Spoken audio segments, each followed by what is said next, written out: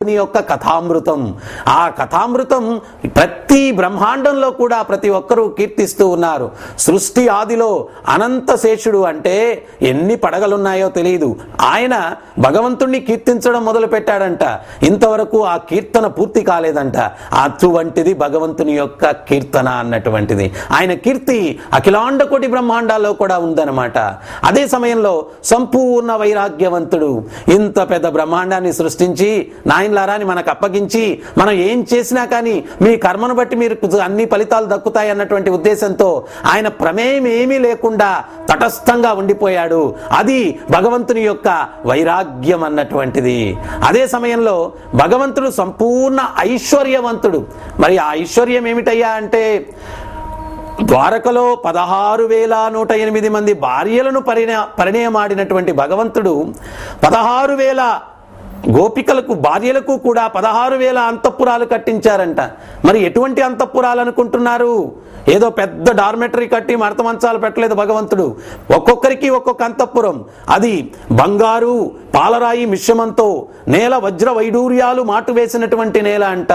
అదే సమయంలో ప్రతి ఒక్క రాణితోటి ఎల్లవేళలా కూడా కృష్ణుడు ఉన్నాడు. అంటే ఆ 16,000 అవతారాల్లో ఏకకాలంలో భగవంతుడు ప్రతి గృహణంలో కూడా ప్రతి రాణి ఏమనుకుంటూ ఉంది అంటే, కృష్ణుడు నాకే సొంతం, ఇంకెవరికి కాదు అని చెప్పి అనుకుంటూ ఉంది. ఈ రకంగా అన్ని షడ్ ఐశ్వర్యాలు కలిగినటువంటి ఆ దేవదేవుడు, ఆ భగవంతుడు ఒక్కడే.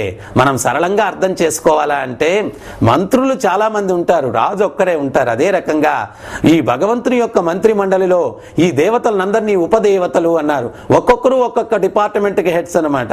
అగ్నిదేవుడు ఫైర్ డిపార్ట్మెంట్కి, వరుణుడు వాటర్ డిపార్ట్మెంట్కి, తర్వాత వాయువు ఎయిర్ డిపార్ట్మెంట్కి, ఫైనాన్స్ డిపార్ట్మెంట్ కుబేరుడు.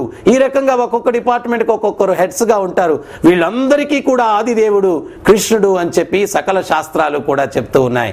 అందువల్ల గీతా మహత్యంలో ఏం చెప్తున్నారు? ఏకం శాస్త్రం దేవకీపుత్ర ఏవ గీతం. ఒకటే ఒక శాస్త్రం, దేవకీపుత్రుడు చెప్పినటువంటి గీత.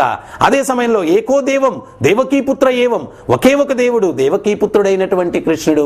తర్వాత ఏకో మంత్ర, ఒకే ఒక మంత్రం, తస్య నామాని అని. ఆ మంత్రం ఏమిటి అంటే ఆయన యొక్క నామం జపించడము. కలియుగం దోషాలకు నిధి. భాగవతం ఏం చెప్తుంది? కలిర్దోష నిధే రాజన్. కలియుగం దోషాలకు నిధి, వజ్ర వైడూర్యాలకు కాదు నిధి. కలిర్దోష నిధే రాజన్. హస్తి ఏకో మహాగుణ. అంత దోషాలు ఉన్నప్పటికీ కూడా ఒక్క మహాగుణం ఉంది. అదేమిటి? కీర్తనాది ఏవ కృష్ణస్య ముక్త సంగ పరం వ్రజేత్. అన్ని దోషాల నుంచి కూడా మరి మానవులు ఏ రకంగా విముక్తులవుతారయ్యా అంటే, కీర్తనాది ఏవ కృష్ణస్య. ఆ కృష్ణుని యొక్క కీర్తన ఎవరైతే చేస్తారో ముక్త సంగ పరం వ్రజేత్, అన్ని దోషాల నుంచి కూడా విముక్తులవుతారు అని చెప్పి చెప్పడం జరిగింది. అందువల్ల మనం కలియుగంలో బ్రహ్మదేవుణ్ణి నారదుల వారు అడుగుతూ ఉన్నారు. ఏమని అడుగుతూ ఉన్నారు? అయ్యా, మంద సుమంద మతయోర్ మంద భాగ్యో. తెలివితేటలు తక్కువ, ఓర్పు తక్కువ, సహనం తక్కువ, జీవిత కాలం తక్కువ, వీటన్నిటికీ మించి మనసు ఎప్పుడూ కలత చెంది ఉంటుంది. అది వరం అంట కలియుగంలో. ఒక్కరి ముఖమన్నా మీరు భూతద్దం వేసి వెతకండి, ఏవం ప్రసన్న మనసు, ప్రశాంతంగా ఉండేటువంటి ఒక్క ముఖం కూడా కనిపించదు. ఎప్పుడు టెన్షన్ అన్నమాట, ఎప్పుడు మనసు కలత చెంది ఉంటుంది. ఇటువంటి పరిస్థితుల్లో వీళ్ళు ఏ రకంగా శాంతిగా ఉండగలరు, ఏ రకంగా ముక్తిని పొందగలరు అని చెప్పి నారదుల వారు అడిగినప్పుడు అప్పుడు బ్రహ్మ ఏమంటూ ఉన్నారు? హరిర్నామ హరిర్నామ హరిర్నామైవ హి కేవలం కలో నాస్తేవ నాస్తేవ నాస్తేవ గతిరన్యదా.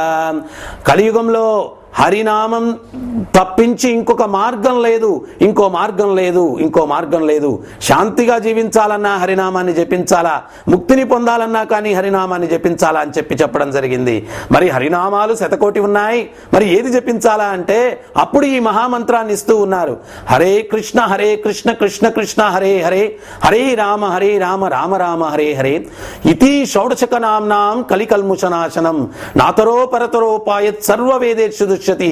ఈ 16 పదాలైన భగవంతుని ఎవరైతే జపిస్తారో కలి కల్ముషనాశనం, కలికాలంలో ఉండే కల్ముషాలన్నీ కూడా నాశనం అవుతాయి. నాతరో పరతరోపాయత్ సర్వవేదేషు దుష్యతి. వేదాలు మొదటి నుంచి చివరి దాకా తిరగవేసిన ఇంతకు మించిన తరుణోపాయం ఇంకొకటి లేదు అని చెప్పి చెప్తూ ఉన్నారు. కృతేయధ్యాయతో విష్ణుం. కృతయుగంలో తపస్సులు చేయడం, త్రేతాయ యజతోముఖై త్రేతాయుగంలో యజ్ఞ యాగాదులు చేయడం, ద్వాపరే పరిచర్యస్య ద్వాపర యుగంలో విగ్రహారాధన చేయడం, కలౌ తత్ హరి కీర్తన కలియుగంలో హరినామాన్ని స్మరించడం. ఎందువల్లంటే సత్యయుగంలో 1,00,000 సంవత్సరాలు జీవించేటువంటి వాళ్ళు. పతాంజలి యోగ సిద్ధాంతం చెప్తుంది తపస్సుకు ఏ రకంగా కూర్చోవాలనేది సాధన చేయడానికి 8 సంవత్సరాలు పడుతుందంట. మనం ఈరోజు అరగంట కూర్చుంటే చాలా కష్టం. అటువంటి పరిస్థితుల్లో ఎట్లా కూర్చోవాలనే దానికి సాధన చేయడానికి 8 సంవత్సరాలు పడుతుంది. తర్వాత విశ్వామిత్రుల వారు బ్రహ్మర్షి కావడానికి 60,000 సంవత్సరాలు ఆయన తపస్సు చేశాడు. మరి అది ఆచరణకు అనుచితం కాదు కలియుగంలో. మరి యజ్ఞయాగాదులు చేయడానికి మంత్ర ఉచ్చారణ ద్వారా అగ్నిని ఉద్భవించేటువంటి వారు, అగ్నిని ఆహ్వానించేటువంటి వారు. ఇప్పుడు ఉచ్చారణలో పొరపాటు వచ్చినట్లయితే ఫలితంలో మార్పు వస్తుంది. అందువల్ల దానికి అర్హత లేదు. మరి విగ్రహారాధన చేయడానికి చాలా పవిత్రత అన్నటువంటిది ఉండాలన్నమాట. ఎంత పవిత్రత అంటే మనం నైవేద్యం పెట్టి భగవంతుని ఆహ్వానిస్తే అది స్వీకరిస్తారా ఆయన, అంత పవిత్రత ఉండాలా. మరి కలియుగంలో మన భావన ఎట్లా ఉంది? అరే ఈ పద్ధతులన్నీ ఎందుకు పెట్టారు, వేడి వేడి వెనుపొంగల్ చల్లారిపోతుంది, ఇవేమీ పద్ధతులు లేకపోతే ఆనందంగా తింటాం కదా వేడిగా అన్నటువంటి భావనతో పెడితే భగవంతుడు స్వీకరించడు. భగవంతుడు ఏం చెప్తున్నారు భగవద్గీతలో? తేషాం సతతయుక్తానాం భజతాం ప్రీతిపూర్వకం దదామి బుద్ధియోగం తం ఏన మాముపయంతితే. ఎవరైతే ప్రీతిగా నాకు సేవలు చేస్తారో అప్పుడే నేను స్వీకరిస్తాను అని చెప్పి స్వామివారు చెప్తున్నారు. మరి ఆ ప్రీతి అన్నటువంటిది మనలో లేదే కలియుగంలో. అందువల్ల ఇవేవి కూడా చేయడానికి అర్హత లేదు.